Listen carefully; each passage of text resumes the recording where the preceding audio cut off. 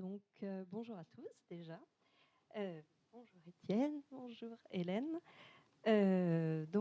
Aujourd'hui, le thème de la conférence, ce sera donc organisé autour des littératures de l'imaginaire qui sont tournées principalement donc vers le 19e siècle, mais de manière un petit peu différente, puisque d'un côté, on a donc la France steampunk qui est, comme son nom l'indique, steampunk, vraiment tournée vers cet imaginaire rétro-futuriste influencé par Jules Verne et donc très mécanique.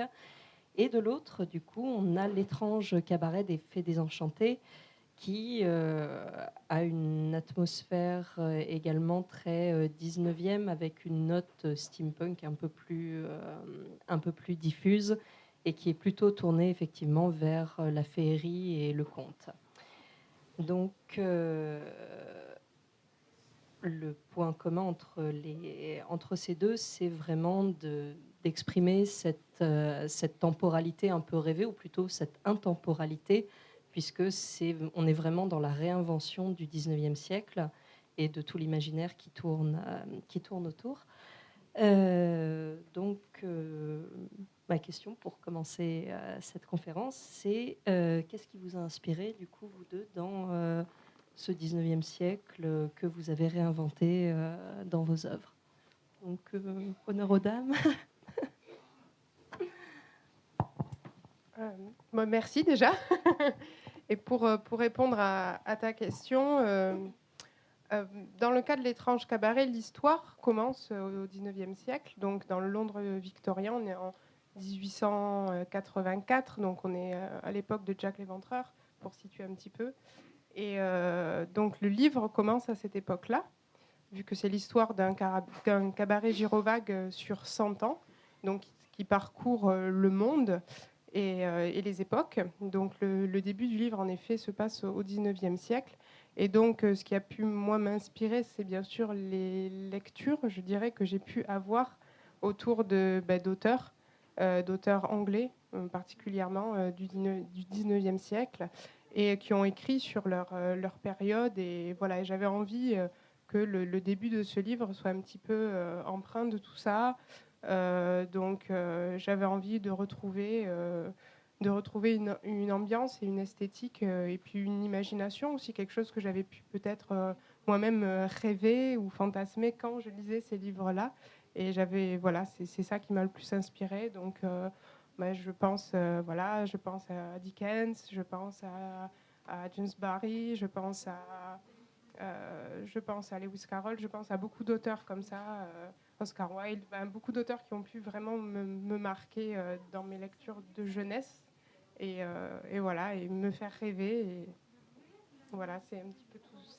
C'est une ambiance en fait, parce que bon, je pense que Étienne pourra en parler bien mieux que moi, mais bon, autour du steampunk, il y a aussi toute une ambiance, voilà, une atmosphère. Et voilà. Et dans ce 19e là, ce qui est très intéressant aussi, c'est justement cette atmosphère qui a été si bien décrite et si bien dessinée aussi, si bien illustrée, euh, bien avant que nous-mêmes nous rêvions dessus. Donc, voilà. Effectivement, en plus, ça évoque assez bien cet état d'esprit un peu dual qu'il y avait au 19e siècle. Déjà, le côté, d'une part, qui était effectivement très tourné vers le progrès avec l'industrialisation, toutes les nouvelles inventions, les nouvelles découvertes.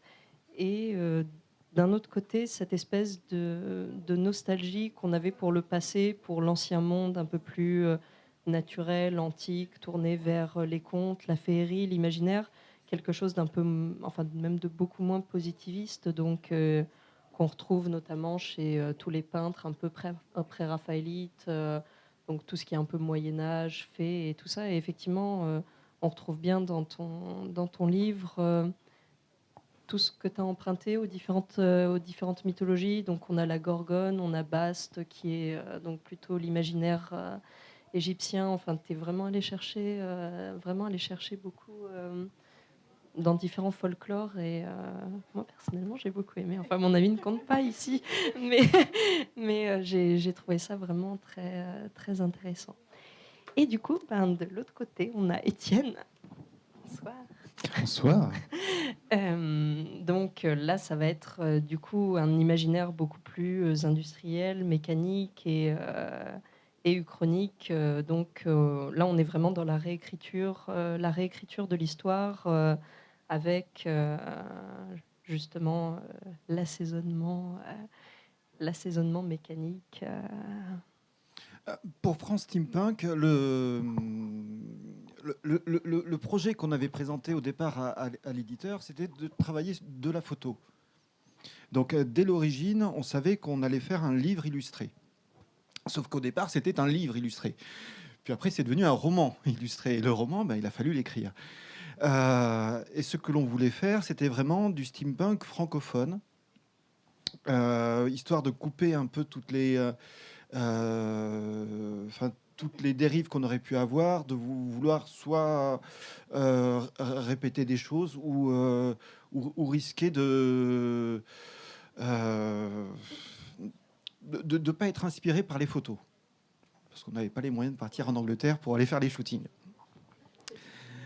Donc notre travail a été un travail d'écriture sur une France uchronique, donc une France qui n'a jamais été, c'est celle où Napoléon a gagné Waterloo grâce à une technologie nouvelle et mystérieuse. Avec comme racine quelque chose qui tire beaucoup plus du côté du roman populaire, du roman d'aventure. On est fortement du côté de Jules Verne plus que de H.G. Wells. Ouais, et puis en plus, bon, c'est assez inédit en France ce type d'album illustré, puisque jusqu'ici, on avait beaucoup de littérature romancée, mais pas tellement vraiment d'albums photo. De romans photo, enfin, c'est pas, quand on dit roman photo, ça c'est un peu connoté. Donc de romans illustrés de photos, j'en connais très très peu. Dans les genres qui nous intéressent, encore moins. Il y a eu quelques petites tentatives. Donc ça a été pour l'éditeur une grande période d'apprentissage parce qu'il faut, c'est des contraintes d'impression nouvelles. Pour nous, ça a été un travail de logistique très lourd parce que nous sommes véritablement allés dans toute la France sur les lieux même de l'action. À la rencontre des différentes communautés qui sont du nord au sud et de l'est à l'ouest, et qui nous ont proposé leur temps, leur talent, leur énergie pour participer à ça. D'accord. Et du coup, comment ça s'est passé, l'élaboration, pour recruter un peu Je serais tenté de dire que c'est la générosité des gens qui a fonctionné. Les portes étaient toujours grandes ouvertes. Venaient ceux qui voulaient. Nous, on donnait quelques petites consignes, quelques petits guides. Nicolas Meunier, le photographe lui-même, savait déjà plus ou moins ce qu'il voulait obtenir. Mais après, il y avait toute la création collective qui s'opérait entre le lieu que l'on nous offrait, la prestation des gens, et après les photos que Nicolas ramenait et qui, à leur tour, influençaient l'écriture. Parce que quand on a un roman illustré de photos, on ne peut pas avoir un narrateur qui fait des descriptions, vu que ça serait totalement redondant. Donc il fallait toujours trouver les bonnes photos, les bons cadrages, les bons systèmes narratifs pour que la chose reste fluide, lisible et avec un réel sentiment de progression. Du coup, c'est vrai que à la fois c'est différent et ça se ressemble, puisque là, donc, on est dans de l'histoire illustrée avec un peu les portraits robots de chaque fait suivi de leur histoire, et finalement, on a un recoupement. Enfin, leurs histoires arrivent à se croiser, et puis là, c'est pareil avec la France steampunk. Et nous sommes dans la même collection. Oui, tout à fait. J'ai le même éditeur dans la même collection. C'est magnifique. Le monde est tellement petit. Donc non, mais c'est vraiment une collection qui est dédiée à de beaux livres avec toujours des mises en abîme et des démarches un peu très référentielles. Voilà, donc Mnemos ou Ouroboros, pour ceux qui ne connaissent pas, c'est une excellente maison d'édition.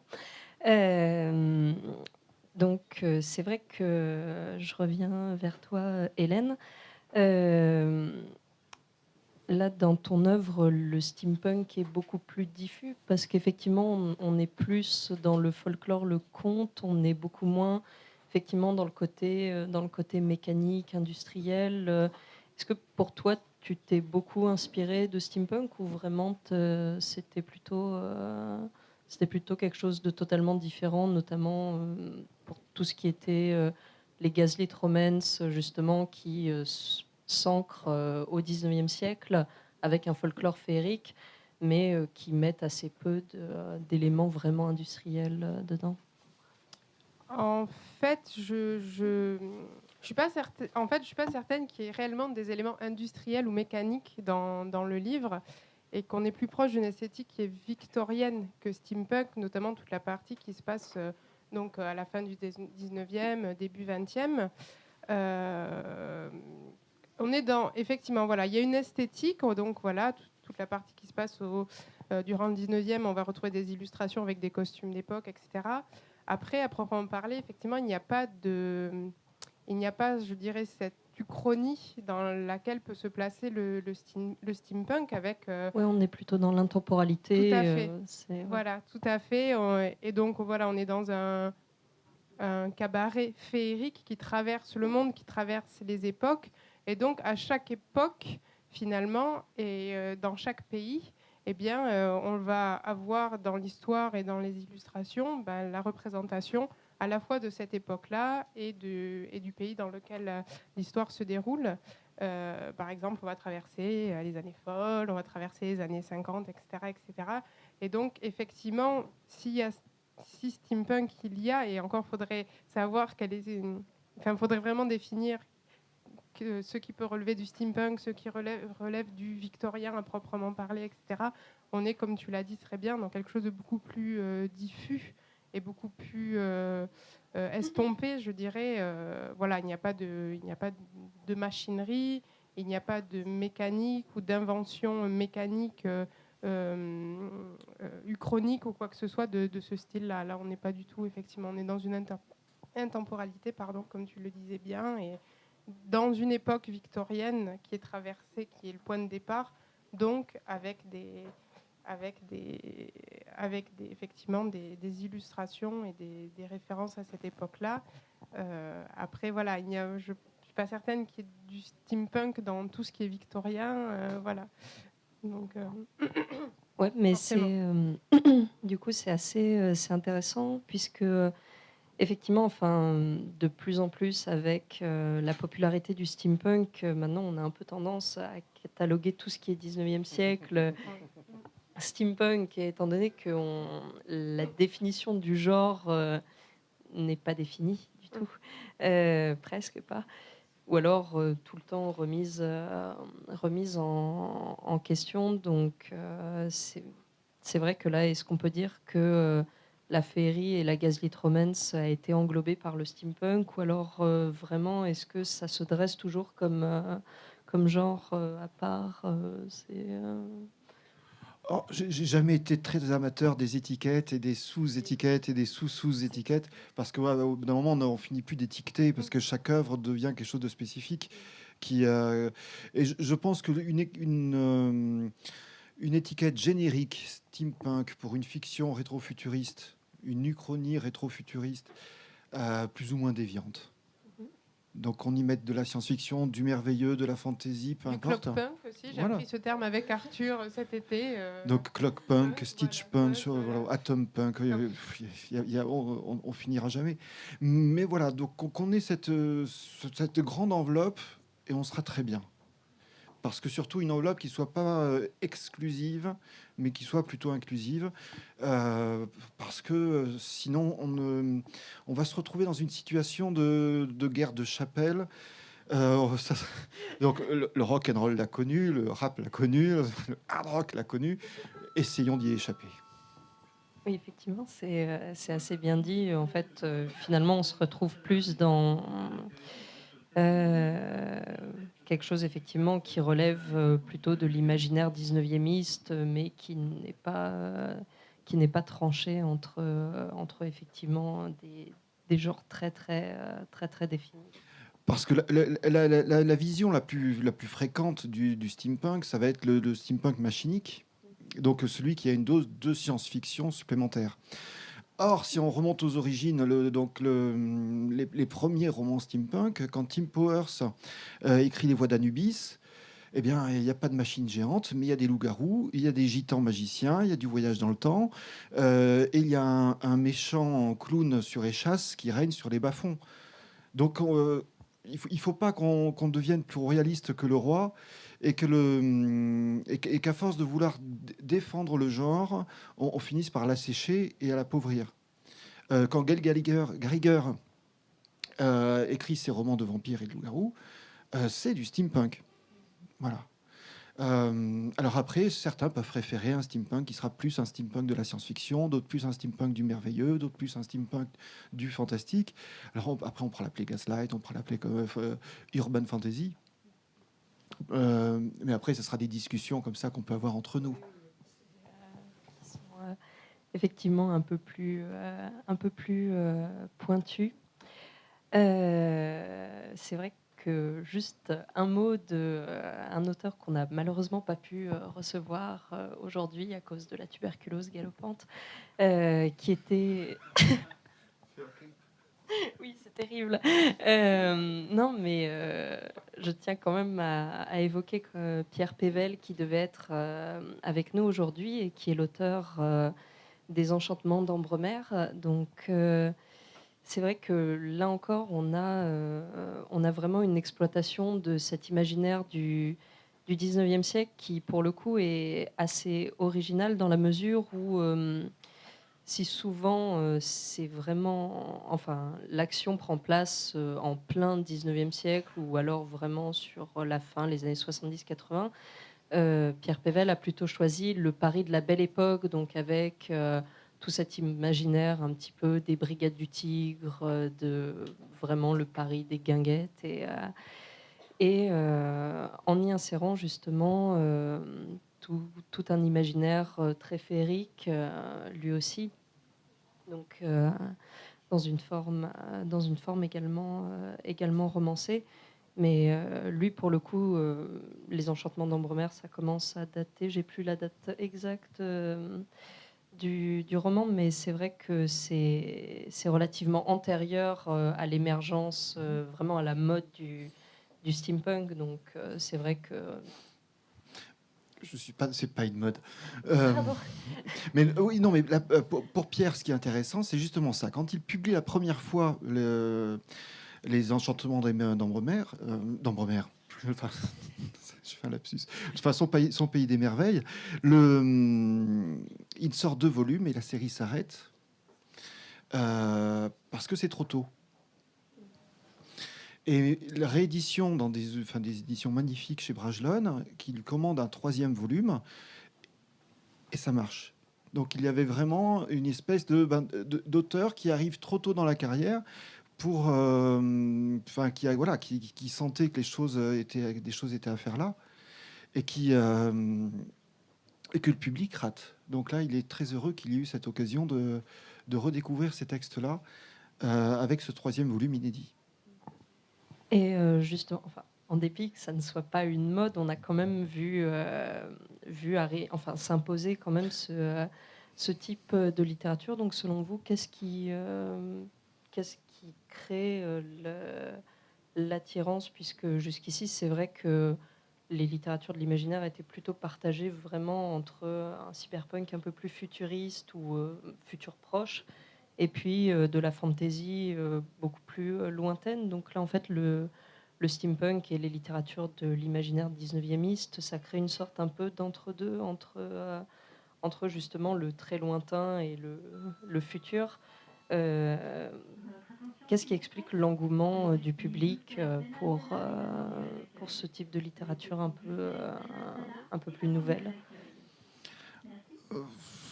Je crois qu'on peut faire plusieurs réponses. La réponse courte, c'est que le steampunk, c'est cool. Donc, voilà, ça rend heureux. Ça rend heureux.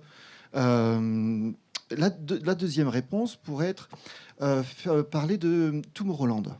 le film Tomorrowland, qui justement explore cette question-là de cet appauvrissement de l'imaginaire contemporain que l'on essaye de relancer, de faire redémarrer la machine. Alors dans le film, c'est retourné vers les années 50 et la science-fiction des années 50. Mais je pense qu'il y a quelque chose ici. Le fait d'avoir la sensation, ce qui n'est peut-être pas vrai du point de vue des auteurs, mais la sensation néanmoins que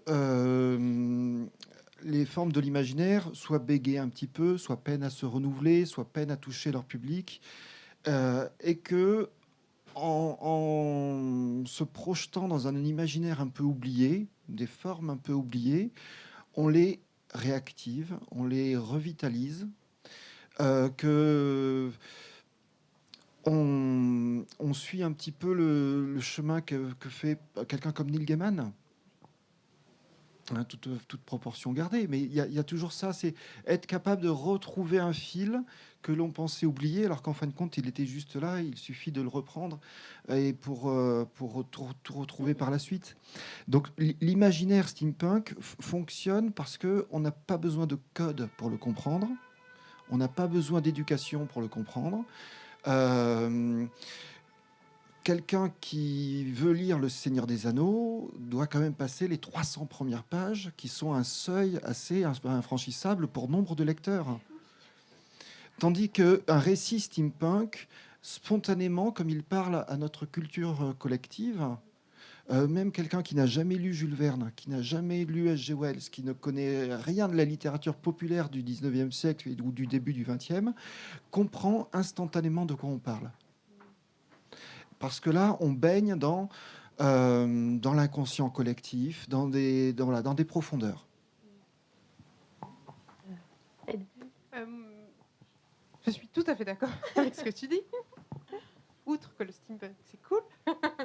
Je rajouterais aussi que je pense qu'on a de plus en plus besoin, d'une manière générale, d'un réenchantement du monde et que le 19e a vécu et a écrit, a créé beaucoup autour de ça, qui était vraiment...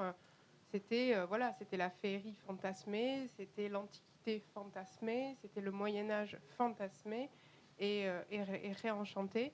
Et du coup, je pense que là, on est à nouveau dans un besoin de réenchantement du monde, de se réenchanter et de plus en plus. Et voilà, je dirais que l'intemporalité des contes de fées, par exemple, etc., tout ça, c'est aussi le témoignage. Enfin, voilà, on a besoin de ce réenchantement du monde, les gens en ont besoin. Et toute cette littérature-là qui se raccroche comme des wagons, comme les wagons d'un train, toutes ces littératures-là qui se raccrochent à ce réenchantement-là, à ce merveilleux-là, voilà, ça plaît parce que c'est nécessaire, en fait, de plus en plus. Oui, parce que du coup, enfin, même dans les littératures préexistantes, je pense notamment au cyberpunk.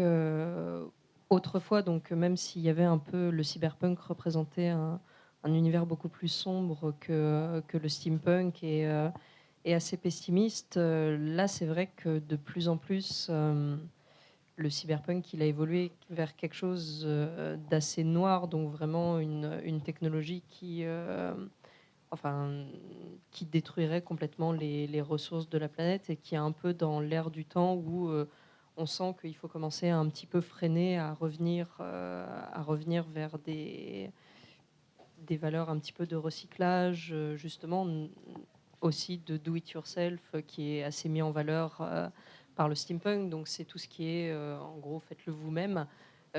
C'est récupérer de la matière première et construire soi-même plutôt qu'aller acheter et promouvoir l'hyper-capitalisme sans vouloir être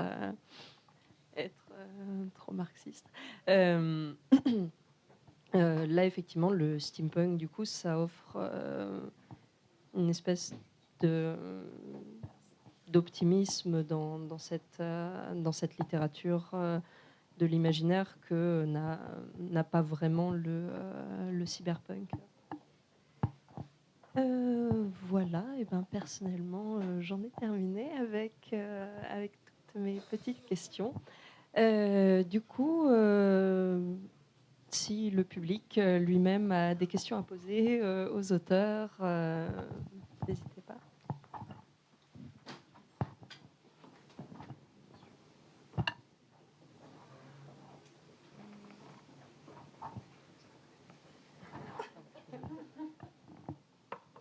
Notre speakerine, Tiffany. Donc personne n'a de questions vis-à-vis. Alors déjà, est-ce que certains connaissaient déjà les ouvrages qui sont présentés ici, L'étrange cabaret des Fées désenchantées et La France steampunk? Bon, on a, je vais vendre la mèche, je suis désolée, une demoiselle aux cheveux roses assise au premier rang qui a participé en fait au projet La France steampunk et qui a été modèle. Aux cheveux roses et au visage rouge maintenant. Alors mais donc voilà. Donc oui, moi je trouvais ça assez intéressant de justement parler du côté do it yourself du steampunk, qui pour moi est aussi ce qui peut le rendre très attrayant, parce qu'il y a une espèce d'énergie créative en fait dans ce mouvement. C'est que comme le disait tout à l'heure Étienne, en fait, même si on n'est pas historien, qu'on n'est pas de grands littéraires ou alors, je ne sais pas, de grands artistes ou quoi que ce soit, on sent tout de suite, en fait, quand on s'approche de cette esthétique, qu'on peut y apporter sa pierre parce que justement, on n'est pas limité par un aspect culturel inaccessible. Parce que justement, on a une espèce de mélancolie vers le passé et en même temps quelque chose qui se tourne à la fois vers le futur, donc vers quelque chose de nouveau. Donc moi, personnellement, c'est une des choses qui m'avait attirée quand j'ai découvert tout ça, parce que j'étais déjà très sensible au 19e siècle, mais que j'avais envie d'y apporter ma patte quand même, parce que bon, je suis vendeuse gibert, mais je suis aussi illustratrice, donc voilà. Du coup, je faisais des dessins qui, je me suis rendu compte, pouvaient s'intégrer dans cet univers, même si à proprement parler, tout comme ce que fait Hélène, n'est pas steampunk dans le sens mécanique du terme, mais peut s'intégrer à cet univers car il emprunte des codes qui sont eux-mêmes utilisés par la communauté. Donc voilà, en tout cas, je vous remercie d'être venu, d'avoir suivi cette conférence. Est-ce que je peux repasser devant, même sans rentrer dans le show?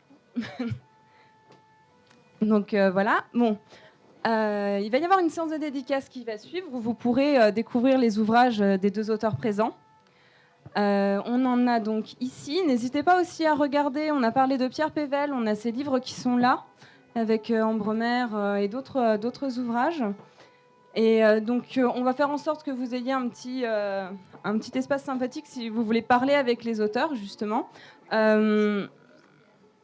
Moi, je conseille vraiment l'étrange cabaret des Fées désenchantées à tous ceux qui sont friands de féerie, car c'est vraiment une manière un peu nouvelle de réexploiter, on va dire, les figures mythologiques d'une certaine façon. Et donc la France steampunk, moi, je vous conseille d'y jeter un œil, ne serait-ce que pour découvrir l'esthétique, parce que vous allez découvrir un petit peu les différents codes qui sont employés, les communautés de France aussi. Vous allez traverser les différentes villes de France dans lesquelles il se trouve des communautés steampunk. Et donc vous pourrez en découvrir les membres. Et aussi, je vous conseille de les regarder tout simplement parce que ce sont deux beaux livres. Il y a eu un soin qui a été quand même apporté à la maquette et à la réalisation. Et donc, je vous laisse donc sur ça. Moi, je vais installer l'espace dédicace et il y aura un petit thé offert pour ceux qui resteront